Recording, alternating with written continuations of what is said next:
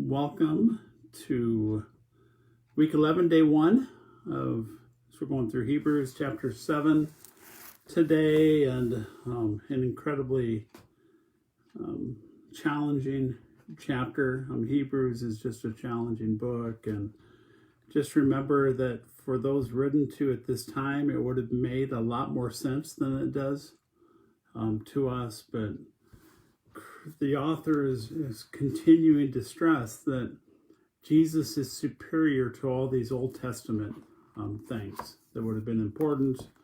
That in this chapter, he's stressing that Jesus has a superior priesthood. In chapter 8, that the emphasis that Christ, this is a better covenant that Christ brings, that he brings a better sanctuary in chapter 9. In chapter 10, that it emphasizes Christ's better sacrifice. So we see just the author stressing the superiority or the supremacy of Christ over everything. In this chapter, chapter 7, deals with Melchizedek. And remember, Melchizedek was both king and priest. And I'm just going to share some stuff I've read online this morning. I thought it'd be easier than trying to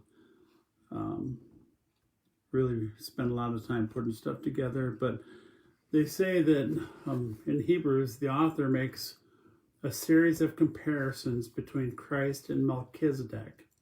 Christ was like Melchizedek in various respects. Jesus is the better and greater Melchizedek.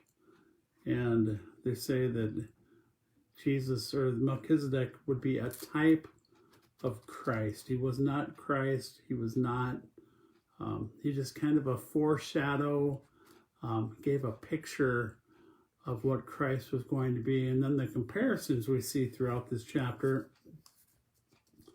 Melchizedek was by name the king of righteousness, and by locale the king of peace. So his name, Melchizedek, meant righteousness. Salem means peace. It's interesting, as being at Salem Church, that dealing with Melchizedek is the only time Salem is mentioned in the Bible. So I doubt they chose the name because of Melchizedek, but probably because the name Salem means peace. So we are really, by definition, peace, Lutheran Church.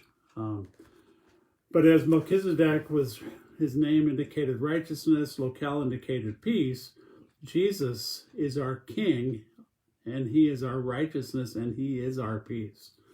Melchizedek blessed Abraham, we see in this. Abraham brought the tithe to him. Melchizedek blessed Abraham. Jesus blesses all of Abraham's, all of the sons and daughters of Abraham. So all the future that came from Abraham. Melchizedek offered bread and wine. Jesus offered his body and his blood. Melchizedek was appointed both priest and king, although the Old Testament offices were clearly divided in ancient Israel. Jesus combines all three offices of prophet, priest, and king into one person. This answers the question of how someone of the line of Judah could be a priest, although that was designated for the tribe of Levi. So as we mentioned on Friday, that all the priests came from Levi, really except Melchizedek, which we don't know where he came from, and Jesus we know from the tribe of Judah. But being appointed by God trumps all that. Melchizedek has no written genealogy, and when we read that, we shouldn't make the assumption that Melchizedek did not have a genealogy. This is not suggesting that Melchizedek was not born, that he did not die.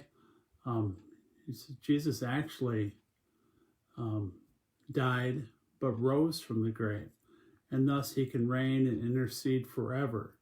He truly has no beginning or end. He is a priest forever after the order of Melchizedek.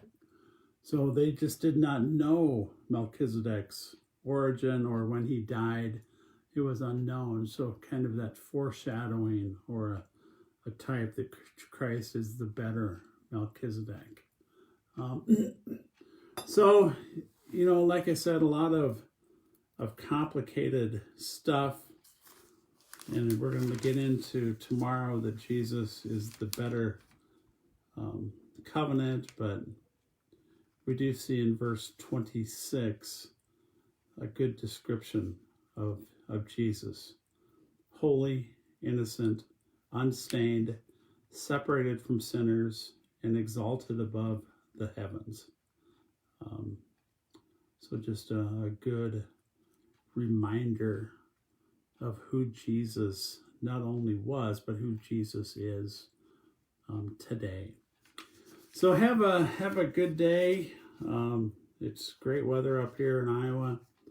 So for those that are on spring break, be safe.